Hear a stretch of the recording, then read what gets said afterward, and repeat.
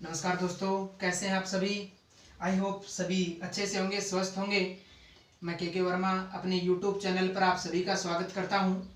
दोस्तों, अपना जो चल रहा था वो कल सेकंड यूनिट में संबंध एवं फलन का जो चैप्टर है वो अपन ने स्टार्ट कर दिया था, जिसमें संबंध के बारे में हमने कुछ पढ़ा था। दोस्तों, मैंने कल बताया था कि संबंध है वो किसी दो समुच्चयों के अवयवों का आपस में एक कनेक्शन होता है, उसे ही हम एक संबंध नाम दिया था। जिसमें मैंने आपको सबसे पहले पढ़ाया था कार्तीय जो गुणन था, उसमें मैंने क्या बताया था आपको। कार्तीय गुणन में मैंने बताया था कि इसमें मान लीजिए कोई दो सेट हैं, ए सेट है और एक दूसरा है वो है बी, जिसके अंदर एलिमेंट हैं कुछ। तो मैंने आपको बताया था कल कि इसके ए सेट के एलिमेंट्स का अगर बी सेट के साथ आप प्रोडक्ट निकालते हैं तो वो इस प्रकार से आता है कि पहले ए के एलिमेंट आते हैं, फिर दूसरे नंबर पर बी के एलिमेंट आते हैं और एक ऑर्डर्ड पेयर बनता है। ऑर्डर्ड पेयर में क्या होता है कि क्रम है वो नेसेसरी रहता है कि आप फर्स्ट नंबर से जो एलिमेंट लिया है, फर्स्ट पहले सेट से जो नंबर लिया है या अवयव लिया है वो पहली पोजीशन पे आता है और दूसरे सेट से आपने जो एलिमेंट्स लिए हैं वो दूसरी पोजीशन पर आते हैं। तो ये एक ऑर्डर्ड पेयर बनते हैं। वो इसमें से आपने कार्टेशियन प्रोडक्ट के अंदर पढ़ा था कि इसका प्रत्येक एलिमेंट्स का दूसरे अवयव सेट के प्रत्येक एलिमेंट्स के साथ जो प्रोडक्ट किया जाता है उसे ही कार्टेशियन प्रोडक्ट कहते हैं। ये हमने सब चीजें सीख ली थी दोस्तों। उसमें फिर हमने जो पढ़ा था संबंध पढ़ा था हमने कि ए के एलिमेंट्स का बी के एलिमेंट्स के साथ आपस में जो कनेक्शन होता है उसे ही एक दूसरे के बीच में क्या कहते हैं, संबंध कहते हैं दोस्तों। तो देखिए वो जो संबंध है उसके बाद मैंने आपको कुछ बताया था कि एक तत्समक रिलेशन में मैंने बताया था, यानी तत्समक संबंध ऐसा होता है कि मान लीजिए ए है, ए सेट है, उसके अंदर कुछ एलिमेंट्स हैं ए बी सी, तो ए से ही ए के एलिमेंट्स का संबंध बताया जाता है और वो संबंध भी इस प्रकार से बताया जाता है कि ए का संबंध सिर्फ और सिर्फ ए से, बी का संबंध सिर्फ और सिर्फ बी से और सी का संबंध सिर्फ और सिर्फ सी से हो, तो ये तत्समक संबंध कहलाता है। और वहीं पे मैंने कल बात कर ली थी आर इनवर्स की, यानी संबंध प्रतिलोम की। संबंध प्रतिलोम क्या होता है दोस्तों, वो अपन ने कल बात की थी संबंध प्रतिलोम की। तो उसमें क्या था कि जैसे मान लीजिए कि ए के कोई एलिमेंट है ए और बी का एलिमेंट मान लीजिए कोई दूसरा सेट है वो इसमें बी है और उस बी के एलिमेंट्स हैं एक्स वाई जेड। तो दोस्तों ए का संबंध है वो एक्स के साथ दिखाया जाता है, तो ये कहलाता है एक संबंध आर। अगर मैं संबंध दिखा दूं क्या कि x का a के साथ, पहले हम ले लें b और फिर ले लें a, पहले b के एलिमेंट फिर a के एलिमेंट x और a, तो ये संबंध है वो दोस्तों इस r के लिए r इनवर्स कहलाता है। हमने ये चीजें पढ़ ली थी कल। यहां तक पढ़ने के बाद अब kind of relation. Kind of relation का मतलब संबंध के प्रकार, संबंध के जो संबंध है उसके हम पढ़ेंगे प्रकार की। संबंध है वो कितने प्रकार के होते हैं। तो दोस्तों सबसे पहले हम संबंध पढ़ते हैं समतुल्य संबंध। समतुल्य यानी समतुल्य का मतलब देखिए क्या है, सव का मतलब खुद से, तो इंग्लिश का नाम इसमें लिख लेना आप, रिफ्लेक्सिव होता है, रिफ्लेक्सिव रिलेशन। दोस्तों क्या होगा समतुल्य संबंध के अंदर, ध्यान रखना कि इसके अंदर जो अभी मैंने तत्समक पढ़ाया था आपको, उसमें और इसमें आपको मिसमैच हो सकता है, लेकिन ध्यान रहे कि तत्समक के अंदर एक एलिमेंट का सिर्फ और सिर्फ अपने आप से ही संबंध होता है, उसके अलावा किसी अन्य एलिमेंट से कोई संबंध नहीं होता है। लेकिन समतुल्य के अंदर मान लीजिए ए कोई सेट दे रखा है जिसमें ए बी सी लिखा हुआ है और हम ए से उसका संबंध दर्शाया जाता है, ए का ए से एक आर दर्शाया जाता है रिलेशन, उसमें क्या होता है दोस्तों, सेम एलिमेंट लेने होते हैं, क्योंकि ए का ए से ही संबंध है तो सेम एलिमेंट रहेंगे दोनों साइड में। देखिए इसमें क्या होता है, ए का ए से संबंध होता है, बी का बी से संबंध होता है और सी का सी से होता है। इतनी बात तो हो गई तत्समक संबंध की जैसी। अब इसमें एक आपको अलग से क्या है कि ए का संबंध ए से होता ही है, लेकिन साथ में बी से भी हो सकता है, कोई दिक्कत नहीं है। बी का संबंध ए से हो सकता है, कोई दिक्कत नहीं है। बी का संबंध सी से हो सकता है, कोई दिक्कत नहीं है। सी का ए से हो सकता है, सी का बी से हो सकता है, ए का सी से हो सकता है संबंध, कोई दिक्कत नहीं है। लेकिन ए का ए से होना जरूरी है, बी का बी से होना जरूरी है और सी का सी से होना जरूरी है। उसके बाद अगर संबंध ए बी का है, ए सी का है, बी सी का है तो कोई दिक्कत नहीं है, हो सकता है। इसे बोलते हैं समतुल्य संबंध, रिफ्लेक्सिव रिलेशन। Any problem? शायद नहीं हो सकती प्रॉब्लम आपके इसमें। समझ में आ गया होगा क्लियर कि अगर इसे हम इतना ही लिख सकें, सिर्फ इतना ही संबंध हो तो ये है आइडेंटिटी रिलेशन या तत्समक संबंध। लेकिन हमें इसे रिफ्लेक्सिव संबंध में पढ़ना है तो हम ये संबंध भी इसके साथ लिख सकते हैं, तो ये होगा समतुल्य संबंध। ओके,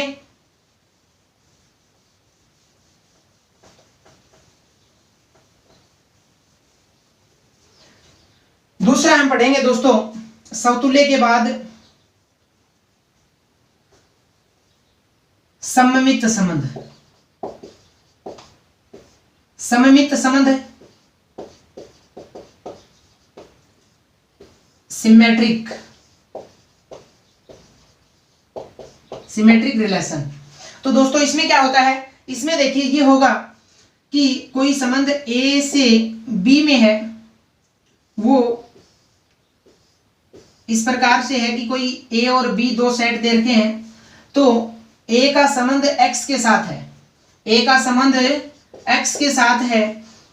अगर वहीं पे वही सेम टू सेम संबंध यानी ए और एक्स का जो संबंध है वो आर में है, और वहीं पे मैं देखूं कि एक्स और ए का जो संबंध निकालते हैं वो भी आर में ही हो, तो यह संबंध सिमेट्रिक रिलेशन कहलाता है। इन दोनों का जो रिलेशन है आर, वो सिमेट्रिक रिलेशन कहलाता है दोस्तों। आ गया समझ में? इसके साथ ही मैं बताना चाहूंगा आपको प्रति, सेम नाम रहेगा आगे, प्रति सममित। प्रति सममित संबंध क्या चीज होती है? देखिए दोस्तों, एंटी सिमेट्रिक होता है, ये एंटी सिमेट्रिक रिलेशन है। उसमें और इसमें क्या डिफरेंस है वो देख लिया। प्रति सममित में बस इतना ही फर्क होगा कि अगर ऐसा ही हो कि ए और एक्स, ए से एक्स में संबंध है वो आर में है, एक्स से ए में संबंध है वो आर में है, तो कंडीशन ऐसी हो कि इसमें सिर्फ और सिर्फ ऐसा तभी संभव हो जब ए और एक्स दोनों आपस में बराबर हो।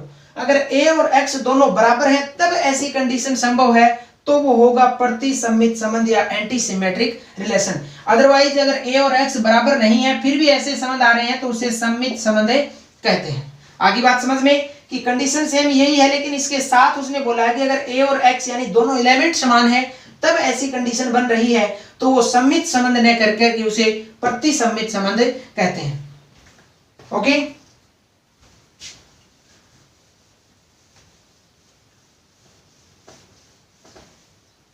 अगला इसमें देखिए दोस्तों, एक हम पढ़ते हैं संक्रामक संबंध।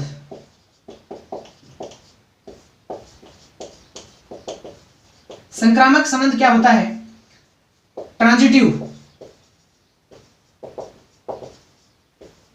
Transitive relation. ये देखिए दोस्तों क्या होता है, संक्रामक संबंध से नाम से पता चल रहा है कि एक से दूसरा, दूसरे से तीसरा, ऐसे इसमें अगर संबंध पाया जाता है तो उसे संक्रामक संबंध कहते हैं। वैसे ही मैं बताता हूं कि एक सेट है आपके पास ए और उसके अंदर एलिमेंट है ए बी सी, ठीक है दोस्तों। तो अगर ए का संबंध है बी के साथ आर में, अगर बी का संबंध है सी के साथ आर में, तो इन दोनों कंडीशन से अगर ऐसा हो कि वही संबंध ए से सी में भी संबंध स्थापित हो जाए और वो आर में हो, तो इस संबंध आर को यहां पर संक्रामक संबंध बोलते हैं, ट्रांजिटिव रिलेशन बोला जाता है दोस्तों। आ रहा है आपके समझ में क्या कि अगर ए से बी में संबंध हो, बी से सी में संबंध हो, ये दोनों आर के अंदर अगर संभव है तो इसी के साथ हम देख पाए कि ए और सी का भी संबंध उस आर में मिलता है, तो इस संबंध को संक्रामक संबंध कहते हैं। अगर ऐसी घटना घटी कि ऐसा कोई भी 1 2 3 कम से कम अगर ऐसे 3 एलिमेंट आपको इस ग्रुप में मिल जाएं जिनका इस प्रकार से तीनों का एक दूसरे से जुड़ा हुआ संबंध नहीं है, तो वो आर कभी भी संक्रामक संबंध नहीं हो सकता।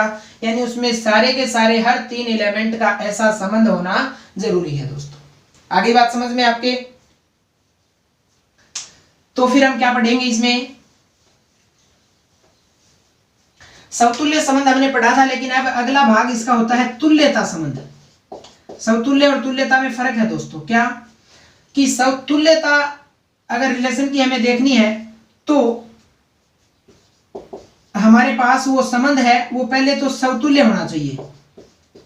समतुल्य का मतलब खुद से संबंध भी होना चाहिए और अन्य से है तो कितना भी हो कोई दिक्कत नहीं है, कोई कंडीशन नहीं है उसकी, लेकिन सभी का आपस में खुद से स्वयं से जो संबंध है वो जरूर होना चाहिए, प्रत्येक एलिमेंट का समतुल्य हो गया। दूसरा मैं कहूं कि वो सममित भी हो। क्या हो दोस्तों? सममित भी हो, यानी सिमेट्रिक हो, जो हम पीछे पढ़ चुके हैं उन्हीं से जुड़ा हुआ है ये तुल्यता संबंध, अलग से डेफिनेशन नहीं है इसकी।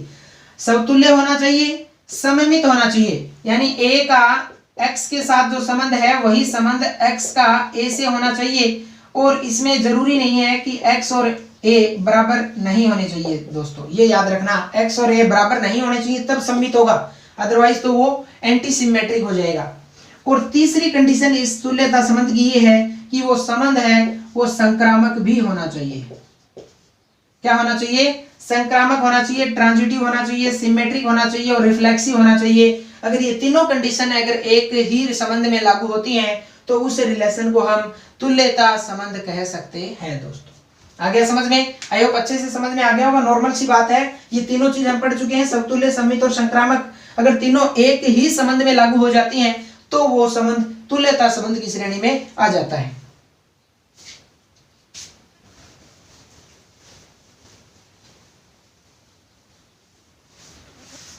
देखिए दोस्तों, अब हम पढ़ने वाले हैं, अगला है वो है आंशिक।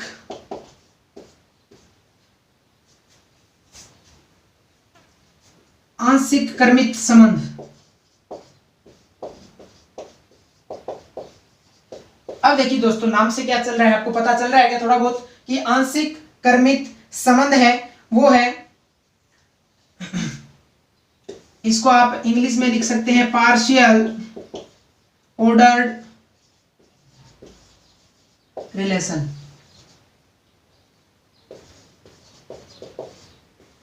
ठीक है दोस्तों, इसमें क्या होता है कि उस संबंध को सबसे पहले तो क्या होना चाहिए? समतुल्य होना पड़ेगा। अगर आप समतुल्य की कंडीशन उसमें लागू हो जाती है, यानी सभी एलिमेंट्स अपने आप से संबंधित हैं और अन्य से भी हैं, तो समतुल्य हो गया। ओके, पहली कंडीशन। दूसरी कंडीशन है इसकी सिमेट्रिक नहीं, एंटी सिमेट्रिक होनी चाहिए। ये क्या होना चाहिए? एंटी सिमेट्रिक होना चाहिए। एंटी सिमेट्रिक यानी प्रतिसममित। ठीक है दोस्तों, प्रतिसममित होना चाहिए। तीसरी बात इसमें क्या है? ये भी संक्रामक होना चाहिए। ये भी संक्रामक यानी ट्रांजिटिव होना चाहिए। ये अगर तीनों कंडीशन लागू होती हैं तो वो आंशिक क्रमित संबंध बन जाता है दोस्तों। और वह संबंध, यानी जो मान लीजिए वो संबंध आर है आपके सामने और वह आंशिक क्रम संबंध है, आंशिक क्रमित संबंध है, तो इस आर को, यानी आर के अंदर कुछ एलिमेंट तो होंगे ही होंगे, तो उस एलिमेंट्स वाले सेट को आंशिक क्रम समुच्चय भी कहा जाता है। उस सेट को आंशिक क्रम समुच्चय भी कहा जाता है। ओके, दूसरा एक होता है इसी से जुड़ा हुआ पूर्ण क्रम संबंध। आंशिक की जगह क्या आ जाए? पूर्ण।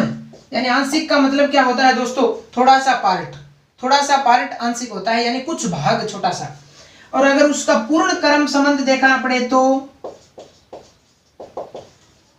पूर्ण क्रम संबंध में क्या आता है दोस्तों? देखिए ध्यान से, इसमें एक तो पहली कंडीशन तो ये है कि ये तीनों कंडीशन लग जाएं, यानी वो क्या होना चाहिए? आंशिक क्रमित संबंध होना चाहिए, आंशिक क्रम संबंध होना चाहिए। पहली बात तो ये है, पहली कंडीशन।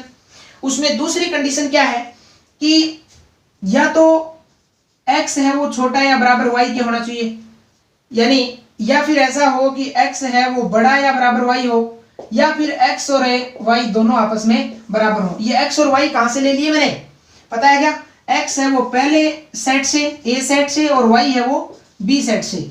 ये a से, ये b से, और ये x a से और ये b से। मैंने आपको बता दिया कि इसके एलिमेंट्स, a के एलिमेंट्स और b के एलिमेंट्स में ऐसा कुछ संबंध हो कि वो या तो दोनों आपस में बराबर हो, या तो आपस में दोनों क्या हो, बराबर हो, या एक छोटा हो एक बड़ा हो, एक बड़ा हो एक छोटा हो। ये तो कोई खास बात है नहीं हुई।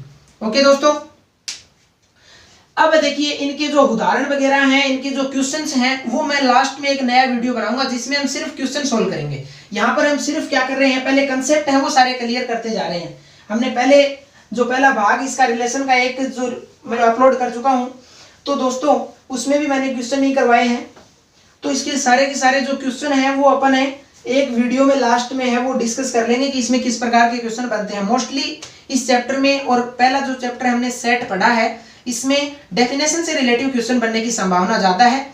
मोस्टली क्वेश्चन बनेगा तो एक दो क्वेश्चन छोटा सा 1 नंबर का 2 नंबर का क्वेश्चन होगा, वो मैं एक बार सारे के सारे क्वेश्चन एक साइड में अपन डिस्कस कर लेंगे, यानी इसके अगले भाग में क्वेश्चन है वो सारे के सारे एक साथ डिस्कस कर लेंगे। अब हम आ जाते हैं, संबंध का चैप्टर है वो कंप्लीट हो जाता है और अब शुरू होता है फलन। दोस्तों अब हम पढ़ेंगे फलन क्या चीज है। तो फलन में देखिए क्या होगा, फलन में भी एक संबंध है, ये एक विशेष प्रकार का संबंध होता है।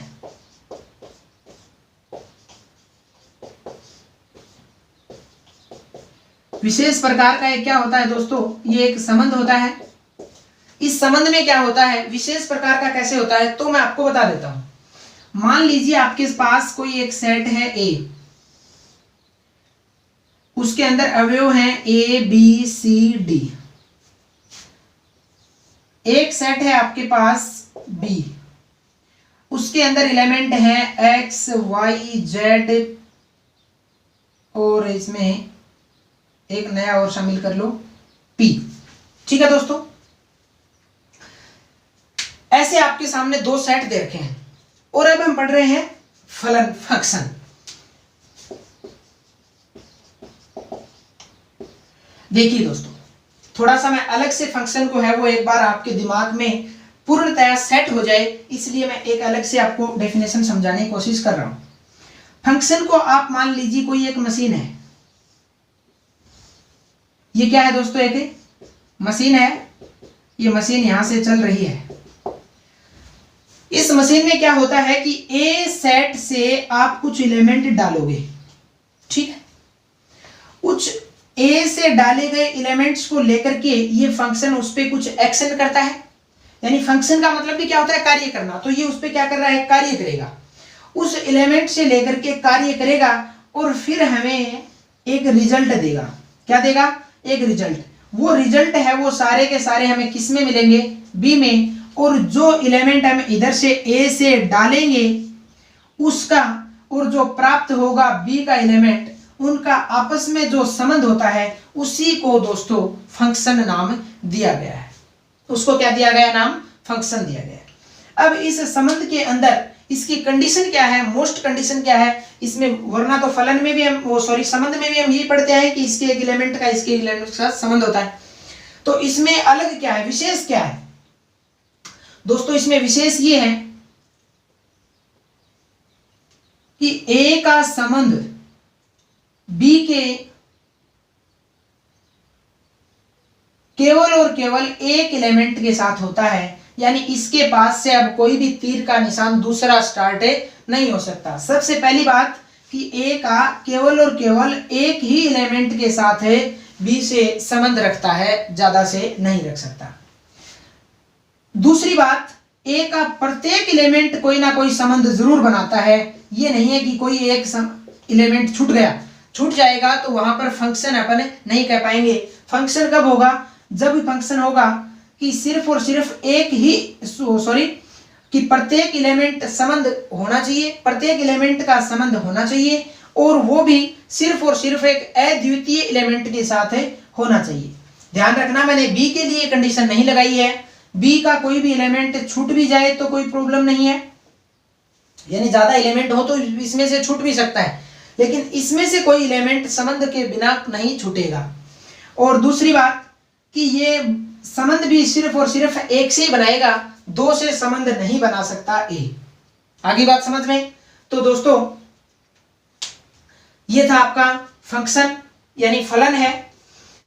जैसे मान लीजिए एक एग्जांपल ले लेते हैं अपन, ए कोई सेट है जिसमें 1 2 3 0 से स्टार्ट होकर के 1 2 3 और बी उसने दे दिया, मान लीजिए A B C D, A B C D. अब देखिए, अब इसमें कौन कौन से संबंध हम बना सकते हैं पहले तो वो देखते हैं। तो संबंध मैंने बना दिया कि 0 1 1 नहीं 0 ए संबंध बन गया इसके साथ। दूसरा मैंने बना दिया 0 बी, तीसरा मैंने बना दिया 1 और बी, अगला मैंने बना दिया 2 और सी, और एक बना दिया 3 और डी। एक मैंने संबंध बना दिया 0 ए 1 ए 1।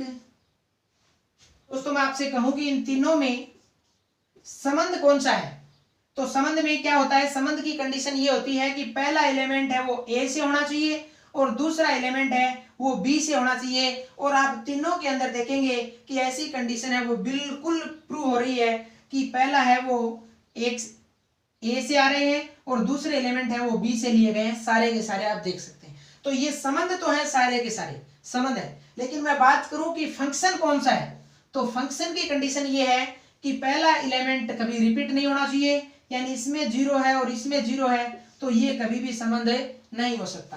दूसरे के अंदर देखते हैं कि इसमें 0 है, इसमें 1 है, इसमें 1, यानी फिर रिपीट हो गया तो ये भी संबंध नहीं, सॉरी फलन नहीं हो सकता। तीसरी बात 0 1 2 3, यानी कहीं भी पहला एलिमेंट है वो रिपीट नहीं हुआ है। फिर हम देखते हैं कि कोई छूटा तो नहीं है इसमें से, 0 आ गया, 1 आ गया, 2 आ गया और 3 आ गया, इसका मतलब ये दोनों कंडीशन को सेटिस्फाई कर रहा है। तो दोस्तों ये ही आपका एक फलन कहलाता है, अदरवाइज ये दोनों संबंध है वो फलन नहीं कहे जा सकते। कोई दिक्कत है यहाँ तक? अगर यहाँ तक कोई समस्या नहीं है, अब हम क्या पढ़ेंगे, फलन के लिए वही पढ़ेंगे प्रांत, जो हमने कल संबंध के लिए पढ़ा था, प्रांत परिसर। इसमें एक नई चीज आ गई है, सह प्रांत। ठीक है दोस्तों, तो देखिए इसमें प्रांत परिसर और सह प्रांत में से क्या होगा कि प्रांत को इंग्लिश में नाम लिखवा देता हूं आपको, डोमेन, रेंज और कोडोमेन। इसमें क्या होता है दोस्तों, देखिए प्रांत क्या होगा, प्रांत जो आपने फलन बनाया है उसके प्रथम जो एलिमेंट हैं उनका समुच्चय, प्रथम एलिमेंट्स जितने भी हैं उन सभी का एक समुच्चय ही क्या कहलाता है, प्रांत। यानी मान लीजिए आपके पास दो सेट हैं ए और बी, तो ए से लिए गए सारे के सारे एलिमेंट्स का जो सेट होगा उसे आप प्रांत कहेंगे दोस्तों। आगे बात समझ में? दूसरी बात मैं करूंगा रेंज की, तो रेंज है वो क्या होगी, जो दूसरे एलिमेंट हैं उनका संबंध। ये चीज तो अपन पढ़ चुके हैं, संबंध के लिए भी दोनों चीज, तो रेंज और प्रांत। तो देखिए दोस्तों रेंज है वो आपको पता हो गया होगा कि दूसरा जो नंबर है, जो दूसरा एलिमेंट है वो किस में आते हैं, सारे के सारे रेंज में आते हैं। अब बात रही कोडोमेन की, तो कोडोमेन के अंदर वो सारे के सारे एलिमेंट आ जाते हैं जो दूसरी जगह ले सकते हैं। मेरा कहने का मतलब ये हुआ कि जो बी सेट है आपका, जिससे हम रिलेशन दर्शा रहे हैं, जिससे फंक्शन का जो रिलेशन बन रहा है, वो पूरा का पूरा सेट बी सेट कोडोमेन या सह प्रांत कहलाता है दोस्तों। कोई दिक्कत है यहां तक? एक होता है तत्समक, तत्समक फलन, आइडेंटिटी,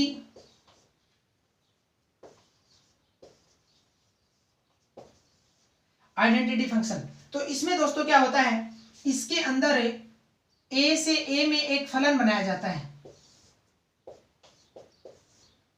ए से ए में एक फलन बनाया जाता है और मान लीजिए ए के एलिमेंट्स को आप x कहते हैं, तो उसका x के साथ ही संबंध होता है, सिर्फ और सिर्फ केवल x के साथ। कहने का मतलब एक का संबंध एक के साथ, दो का संबंध दो के साथ, तीन का संबंध तीन के साथ, चार का संबंध चार के साथ, ए का संबंध ए के साथ, यानी अपने ही खुद से संबंध रखता है और वो फलन है तत्समक फलन कहलाता है, जिसे आइडेंटिटी ऑफ x से लिखा जाता है। ऐसा फलन ये होता है दोस्तों। कोई दिक्कत है यहाँ तक? अगर नहीं है तो बाकी अपन करेंगे कल। ठीक है दोस्तों, ओके।